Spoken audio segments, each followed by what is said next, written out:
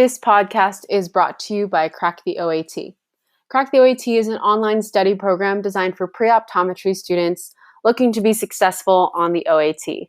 This program includes full-length exams, video lectures covering the subjects on the test, and readily available tutors to help you along the way. If you're looking to be a part of this supportive community or you're looking at your options for studying, stay tuned for the discount code I will be giving for 10% off the program later in this podcast.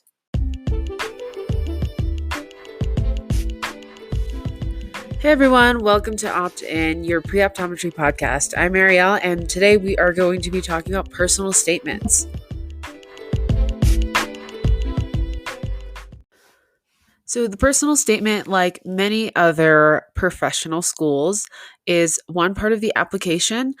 For optometry school, there is a main statement that is required by all schools, and then certain schools do ask for supplemental statements.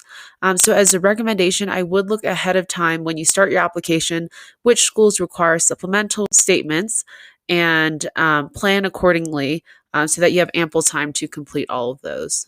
So the first thing I want to talk about is time management. So you want to make sure that you give yourself enough time to write your personal statement, read over it, make multiple drafts, and also have other people read it before you turn it in to your schools. As soon as the application opens and the prompt is out, I would just take a look at it. Even if you're not going to start writing, I would just start thinking about it, maybe brainstorm and do your research for your schools. But just to recap all of that, I just want to say, make sure you give yourself enough time. You will be writing multiple drafts. Don't think that you're going to write 1 to 2 drafts and be done. It is a process. I think I had a total of about 7 to 8 drafts until I turned it in. That is including revising it myself and then sending it to my university writing center and then to my professors and then other people that I wanted for them to read my statement and give me some feedback. In terms of doing your research, I would recommend doing your research for each school. You already do have to do research in order to understand which school suits you best and which ones you want to apply to. I'm sure not everyone wants to apply to 23 schools. One, that's a lot of time and a lot of money, but also you want to know which school fits you best so that you are applying to the ones that you really want to be at. In addition to doing your research on what schools you want to apply to, also look at their values and their mission statements and see if their values align with yours. You can integrate those values that they state into your personal statement so that they recognize that you share similar goals and missions, and that might help you be remembered by the admissions committee. So definitely do your research ahead of time. It is really valuable and helpful just to also give you an idea of how you want to start and maybe what angle you want to go out with your personal statement. In terms of the personal statement itself, like most personal statements, you want to tell a story and be specific. I would recommend to strive for depth rather than breadth, meaning that you want to focus on 1 to 2 key themes and really dig into the meaning of those themes to you, rather than trying to fit in everything in your life that you've accomplished. You already have the application to put all of your accomplishments in there, including grades, extracurriculars, volunteer hours. So when I mean tell a story, I mean to really just dig deep into those specific experiences that made a real difference to you in discovering why optometry. You want to evaluate your experiences and don't just describe them. So don't just say, I worked for an optometrist for X amount of hours and I learned this. You want to go more into evaluating it. So more than just saying you did this, because that's already on your application, but more so evaluating how that motivated you to become an optometrist, how that experience taught you what a patient-doctor relationship is like, how that experience maybe guided you to pursue optometry, and how that inspired you to, look into the profession more. So evaluating your experience to answer the question why optometry is something that is very important in each paragraph. So you also want to make sure that you make it personable, because everyone is going to shadow an optometrist before they go to optometry school. It is a requirement. And also, um, it's just that everyone is going to do it to make sure that this field is fit for them. So, how is your shadowing experience um, unique to you? And why was that special to you? And why did that make you consider the profession and apply for school?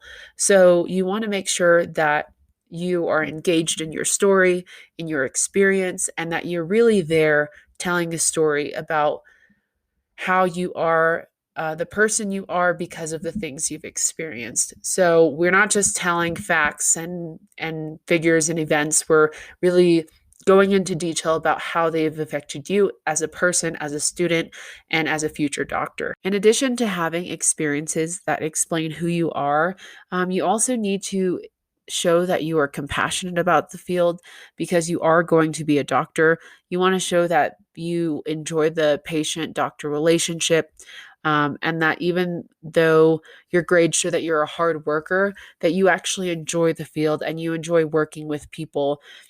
So if you're going to talk about your volunteer experiences, talk about how you enjoy interacting with the people that you've been working with, how you see yourself helping others and enjoying that. And also, I know everybody wants to help others, but showing how your experience was unique to you and how you helping somebody else in your volunteer experience really affected how you saw that volunteer experience and saw your future as a healthcare provider. Um, so, showing that you're compassionate about the field, compassionate about the people, the patients, and what you can possibly encounter in the field is really important for you to know. It shows that you're knowledgeable about the field, that you know what you want and know what type of person you are. And it's just helpful to make it a little bit more personable as well. So I just want to read you guys the 2020 application personal statement prompt. So the prompt was, please describe what inspires your decision for becoming an optometrist, including your preparation for the training in this profession, your aptitude and motivation, the basis for your interest in optometry, and your future career goals. So just starting with that is a lot to ask in a personal statement. It's asking for how you're prepared for this profession, what motivates you, and what your interest is. Why did you become interested in this profession? Why you're applying to the school, and then what your career goals are once you become an optometrist or an optometry student. Because this is an optometry application, each paragraph you want to answer why optometry. So while every paragraph should answer why optometry, we want to make sure, like I said before, that we go into detail about those experiences. So you're not outrightly saying why, but you're showing why through your stories. Um, and so with answering why optometry, you just want to make sure that it is the main theme in your personal statement, because this is why they want to read your personal statement, because they want to see through the stories you have, through your experiences you've done, why you decided to ultimately choose this field as a career, because they know that 4 years is not a short amount of time. It is a huge dedication. It's a lot of money to invest, and they want to make sure that you are really passionate about the fields, to make sure that they're choosing the right student for their program. So, in addition to that, I want to go into some don'ts that you want to avoid in your essay, because although there's a lot of things we want to include and we want to highlight, we also want to avoid certain things so we don't distract from the main essay. So, we don't need to include everything that's on the application already because it's already in the application, and you don't want to repeat yourself, because then you're not adding to your application, you're just restating the facts that are already there. Another don't is, don't imply any negative experiences about any profession. It's just not really professional to do that. We don't want to say I chose optometry because I looked at dentistry or medical school and I just did not like how they did X, Y, and Z. We don't want to include any negative connotations. So we want to look more at the positive side. We want to make sure that we are looking at the profession in a forward-looking way, because there is always a lot to improve in these professions. However, we don't want to say that something is bad. We just want to say we would like to improve something, or we would like to contribute more to what's already been going on in the field. So just overall, don't imply any negative experiences about any profession or optometry itself. And then the last thing, you don't need to mention any faults in your application. So if you have a drop in grades, if you don't have enough shadowing hours, or there's just something that you think doesn't shine a light on you in your application, you don't need to mention that in your personal statement. A lot of the times they will have a specific location in the application where you can elaborate on why you may have had a grade drop, or why there's such a weird fluctuation in your grades. And if not, they will ask you in your interview. They definitely did that for me. I had a little bit of blips in my own application. Nobody is perfect, so there will be some construities in your application that you can always explain in your interview, because they'll likely ask that question. And then also, you just want to keep a positive light on your personal statement. You want to make sure that you are showing the best version of yourself. And then lastly, just some extra little details is to avoid some cliches. So in your intro, you don't want to start with, I love optometry because. You want to start with a story, with a hook, something that will develop into the paragraphs itself. And then also in the intro, you want to make sure that your last sentence or your last few notes in there is structured like a thesis statement. It gives a little bit better structure to your essay. And so when the readers go through the body paragraphs, they understand how to connect the dots between the paragraphs and between your intro and your conclusion. In addition to avoiding cliches in your intro, also avoid them in your conclusion. Also avoid overly ambitious statements like, I have all of the skills for optometry school. I'm very prepared, so I'm the perfect applicant. There's so much to learn about optometry itself and the school itself. You won't know everything going into optometry school. They just want to know that you have a good idea of what you're getting yourself into in optometry school. When you go to school, you're going to learn a lot of new things, and you're going to change your mind about a lot of different things. And even if you don't, you just don't want to make those assumptions just because it might imply that you've only looked into that and that's all you want out of optometry school. There's so much that optometry has to offer that you want to keep your mind open to the schools, what they have to offer, the specialties, residencies, and etc. Last thing I want to mention is proofreading. In addition to having multiple drafts, rough drafts, you want to have multiple people read it. So I would recommend taking it to your university writing center first. They will go over more so the grammar, the structure, if it flows well, things like that, just because those writing centers are usually designed for the writing itself rather than the profession itself. I know some schools do offer university writing centers with specific departments that, like for medical school and for health professions, and then for graduate applications, things like that.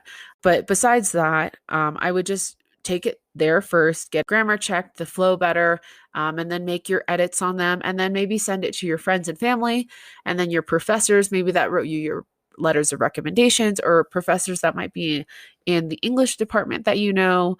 Or for me, I had a health professions professor that helped me with my application, as well as a career center that helped me with that. So those people can be very valuable to your application and your personal statement. If you want to have your optometrist read it, or the optometrist you shadow read it, I would recommend doing that last, because they really know the most about it. So they would probably have the most critical comments on there in terms of like specifics in optometry that you're hitting. They also have been through the process as well, so they can say what really fits and what really doesn't. And then once you're final and complete and ready, you can go ahead and enter that into your application and feel confident about your own essay and just hope for the best. And yeah, so good luck. I hope this podcast was helpful to you. If you have any other questions or would like, some more advice, I can go into more detail. If you want to email me at crackoat@gmail.com, I can definitely help you with that. And remember just to check out our website if you are still studying for the OAT, or if you're looking to study in the next couple years, we have a lot of discount codes and offers that we offer on our Instagram page. And if you just contact us, we are more than willing to work with you on things like that. So, with this podcast, I hope that you guys can take some of this advice to ease the stress from the personal statement. It is an important part of the application. However, it is personal, and we want you to have a relaxed time and an enjoyable time to explain who you are as an applicant so that you can best portray yourself to the schools of your choice so that they can really understand who you are beyond just your grades and your extracurriculars.